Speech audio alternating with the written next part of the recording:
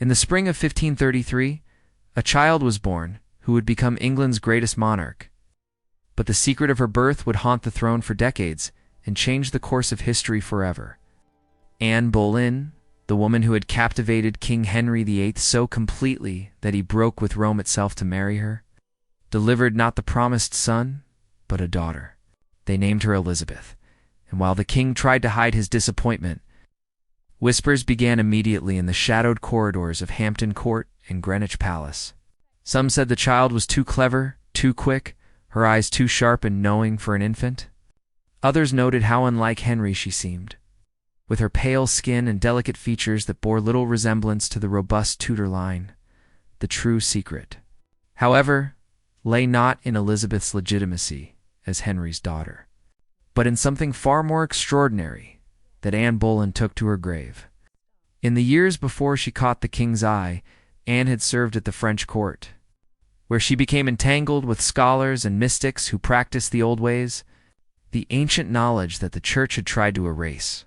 Among them was a woman named Marguerite de Valois, sister to the French king, who introduced Anne to texts that spoke of bloodlines that stretched back beyond Christianity, beyond Rome, to a time when women ruled as priestess queens and held powers that terrified men. Anne learned that she herself carried this ancient blood, descended through her mother's line from the last of the Celtic queens who had ruled Britain before the Romans came. When Anne realized she was pregnant with Henry's child, she performed a ritual taught to her by Marguerite, one that would awaken the dormant gifts in her daughter's blood. On the night of Elizabeth's birth, as the midwives worked, Anne clutched a small bronze mirror that had been given to her in France, an artifact said to have belonged to Boudica herself, the warrior queen who nearly drove Rome from Britain. She whispered words in a language older than Latin, older than any tongue spoken in England for 1,000 years, and as Elizabeth emerged into the world, those present later swore they saw a strange light in the birthing chamber, though none dared speak of it openly. Elizabeth grew with an intelligence that stunned her tutors. By age 3, she could read and write. By 6, she was studying Greek and Latin, philosophy, and theology, absorbing knowledge with a hunger that seemed almost supernatural. Her governess, Cat Ashley, noticed other things as well, things she kept secret even from her own husband. The child sometimes spoke in her sleep in languages no one recognized. When Elizabeth was angry or frightened, objects in her chamber would fall from shelves without being touched. Once, when a servant tried to strike young Elizabeth for some minor transgression, the woman's hand froze in midair, and she fled the household that very night. Speaking of witchcraft and devil's work, Anne Boleyn's execution in 1536, when Elizabeth was not yet 3 years old, was precipitated by more than Henry's desire for Jane Seymour. The king had begun to fear his second wife, to suspect she possessed knowledge and abilities that threatened him. The charges of adultery and treason were convenient fabrications, but the real reason Anne lost her head was that Henry had glimpsed something in her eyes the night before her arrest, a knowledge of his future, of his coming decline and death, that she could not possibly have possessed through natural means. She went to the block with dignity, but not before sending a final message to her daughter through Cat Ashley. A small wooden box containing the bronze mirror and a letter written in symbols that would take Elizabeth years to decipher. The years of Elizabeth's girlhood were fraught with danger as Henry's subsequent wives came and went, as her half-brother Edward briefly wore the crown, and as her half-sister Mary took the throne and nearly sent Elizabeth to the executioner's block. Through it all, Elizabeth learned to hide her true nature, to appear demure and conventional while secretly studying the texts her mother had left her, gradually unlocking the knowledge of her ancient bloodline. She learned to read signs in the natural world, to understand the movements of political power, as though she could see invisible threads connecting every player in the great game. Some said she was simply remarkably intelligent and well-educated. Those closest to her knew the truth was stranger. When Mary Tudor died in 1558 and Elizabeth became queen at age 25, England was a fractured, failing nation. The treasury was empty, the country was divided by religious strife. Powerful Catholic nations threatened invasion, and few believed a young unmarried woman could hold the throne for more than a few years. But Elizabeth proved immediately that she was no ordinary monarch. Her coronation was carefully planned according to astrological calculations that her advisor John Dee provided. A scholar who understood that Elizabeth was no ordinary queen and who became her partner in accessing the old knowledge. Together, they worked to restore England not just politically and economically, but spiritually, reconnecting the land to powers that had been suppressed for centuries. The question of Elizabeth's marriage became the great obsession of her reign. Parliament begged her to marry and produce an heir. Foreign princes courted her. Her own counselors pressed her constantly to choose a husband. But Elizabeth refused them all, and the reason she gave publicly was that she was married to England itself. The truth, which she could share with no one except perhaps John Dee, was more complex. The ritual her mother had performed, the awakening of the ancient bloodline, had consequences. Elizabeth could feel the pulse of England itself, could sense threats to the realm before they materialized, could influence events through means that appeared to be merely political brilliance, but were something more. Marriage to any man would have disrupted this connection, would have placed another will between her and the land she served. The attempts to force Elizabeth into marriage grew more desperate as the years passed. Robert Dudley, Earl of Leicester, was the great love of her life, and there were rumors that they were secretly married, that Elizabeth bore his children in hiding, that the Virgin Queen was no virgin at all. The truth was both simpler and more profound. Elizabeth loved Dudley, but she understood that she could not give herself to him, or to any man, without sacrificing the powers that made her an extraordinary queen. The title Virgin Queen that history would give her was accurate, not because she was prudish or cold, but because she had made a conscious choice to channel the energies that other women directed toward husband and children into the guardianship of her realm. In 1588, when the Spanish Armada sailed toward England with the largest invasion force ever assembled, carrying the might of Catholic Europe's determination to destroy Protestant England and depose Elizabeth, the Queen did what no male monarch would have done. She went to Tilbury to address her troops, delivering the famous speech in which she declared, "She had the body of a weak and feeble woman, but the heart and stomach of a king." What history has not recorded is what she did the night before the speech. When she stood alone on the cliffs of Dover with the bronze mirror that had been her mother's, speaking the old words, calling on powers that had defended Britain against invaders since time immemorial. The next day, as the Armada approached, impossible storms arose that scattered and destroyed the Spanish fleet. Elizabeth's admirals fought brilliantly, but the weather itself seemed to have become England's ally. The latter part of Elizabeth's reign saw England transformed into a power that rivaled Spain and France. Shakespeare and Marlowe wrote their plays. Explorers claimed new territories in the Americas. Merchants grew wealthy on trade. And a sense of English identity and pride emerged that had not existed before. Elizabeth's court became legendary for its culture and learning. The Queen herself was celebrated as Gloriana, the Fairy Queen, a title that contained more truth than most realized. She had become a living bridge between the modern world of politics and commerce and the ancient world of mystery and power. Between the Christian present and the pagan past, asterisk. But the secret of who Elizabeth truly was came at a cost. She aged without producing an heir, and as she grew older, the question of succession grew more urgent.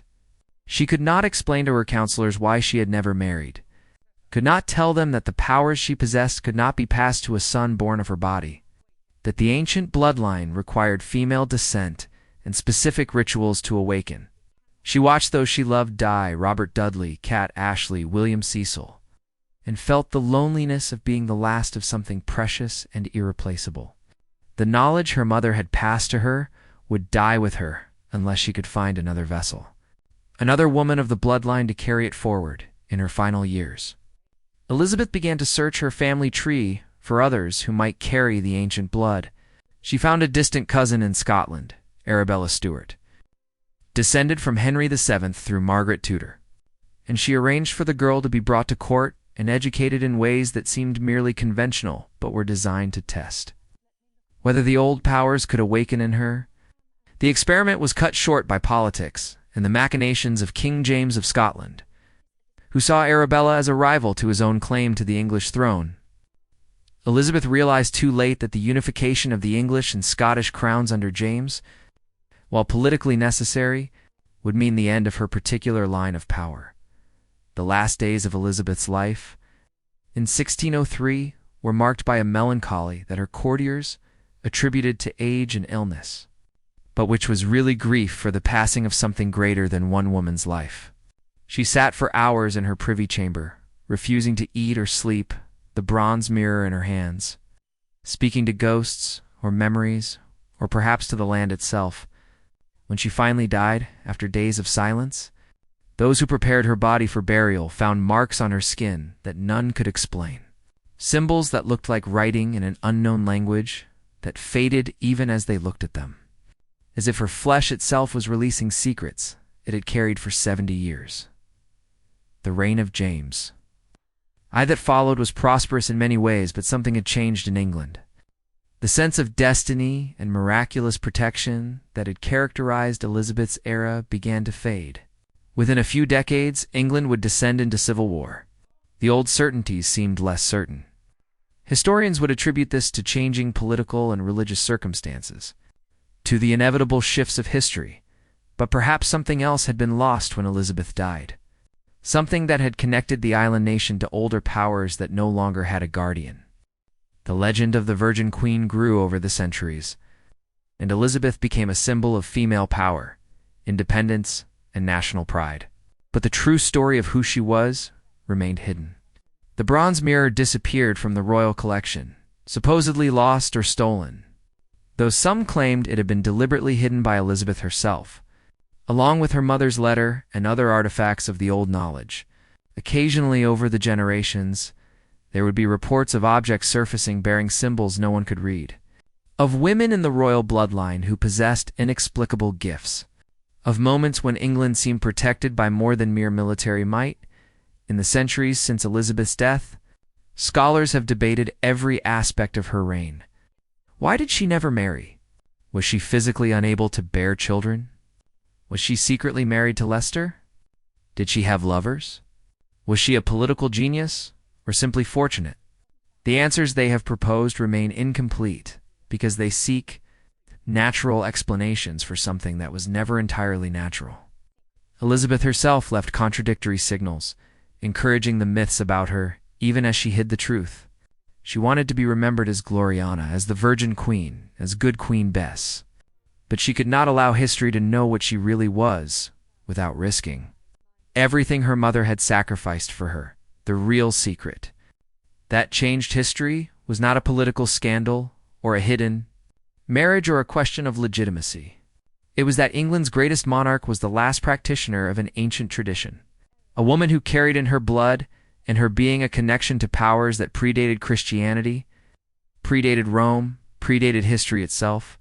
She used these powers not for personal gain, but for the protection and elevation of her realm, accepting the loneliness and sacrifice that came with being something more than human.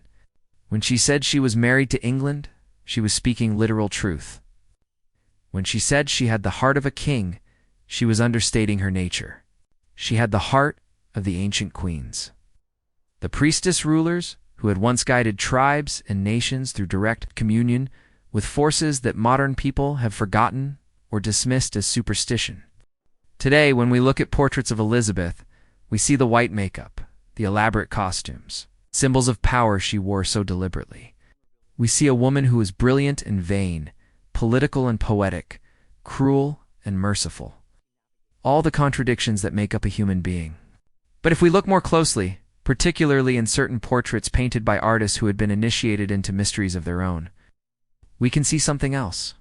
There is a knowing in her eyes, a depth that suggests she is looking not just at the viewer but through them and beyond them, into realms that most cannot perceive. There is power in her bearing that goes beyond the crown and scepter, something ancient and unchallengeable.